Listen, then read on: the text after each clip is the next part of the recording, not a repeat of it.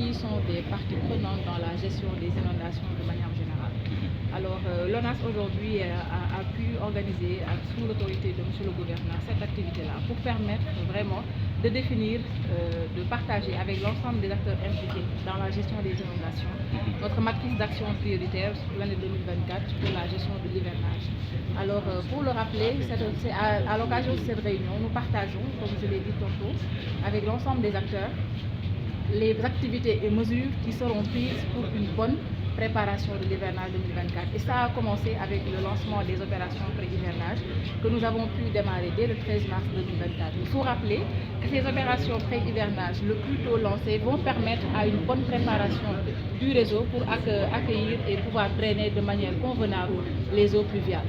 Donc à ce jour, dans la région de Dakar, nous sommes à peu près de 25% de taux de réalisation du curage, donc soit 25 000 mètres linéaires sur les 109 000 de réseaux que nous gérons dans la région de Dakar. Et je profite de l'occasion pour le rappeler que ces mêmes opérations seront tenues dans les différentes régions, dans tous les périmètres assainis où l'ONAS a un patrimoine. Ces opérations de curage qui seront menées pour amoindrir le maximum possible les éventuelles nuisances lors de l'hivernage, des opérations hivernales. D'autres mesures qui seront prises par l'Office national de l'assainissement concernent l'entretien des équipements électromécaniques.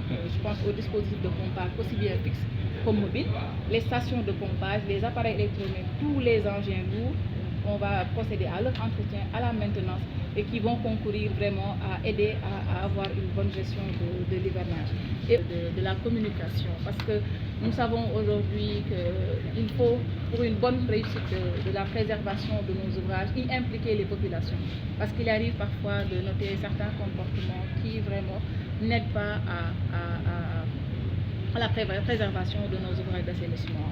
On voit souvent lors de l'hivernage l'ouverture des canaux où on déverse les ordures, sans compter l'ensablement de la voirie qui constitue en tout cas des goulots d'étranglement de nos réseaux et qui vraiment ne concourent pas à faciliter le drainage des eaux pluviales. Ce qui fait que parfois, même si nos ouvrages fonctionnent, il y a un temps de latence un peu plus important. Et ça, c'est vraiment parce qu'il y a eu des comportements néfastes en l'endroit de nos ouvrages.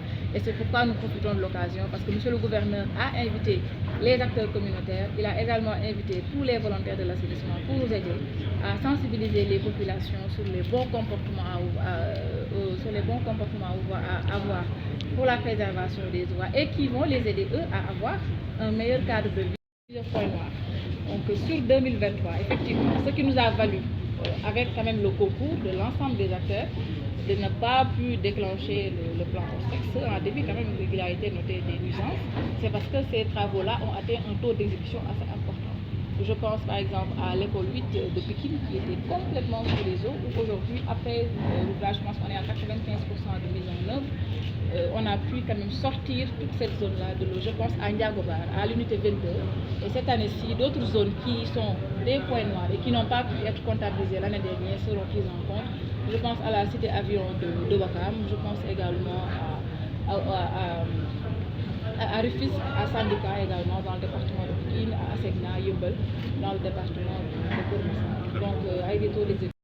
L'ensemble des acteurs de la lutte contre les inondations, je veux dire de la gestion des inondations, au premier rang desquels l'ONAS et d'autres services de l'État en relation avec les collectivités territoriales et la communauté de manière générale. L'année dernière, nous le savons tous, nous avions tenu ce CRD et permis d'échanger sur les actions à entreprendre au fin de réussir l'hivernage 2023. Le bilan qui a été fait de cette gestion montre que l'ensemble des actions ont été déroulées et des résultats flatteurs, probants et éclatants nous ont été présentés.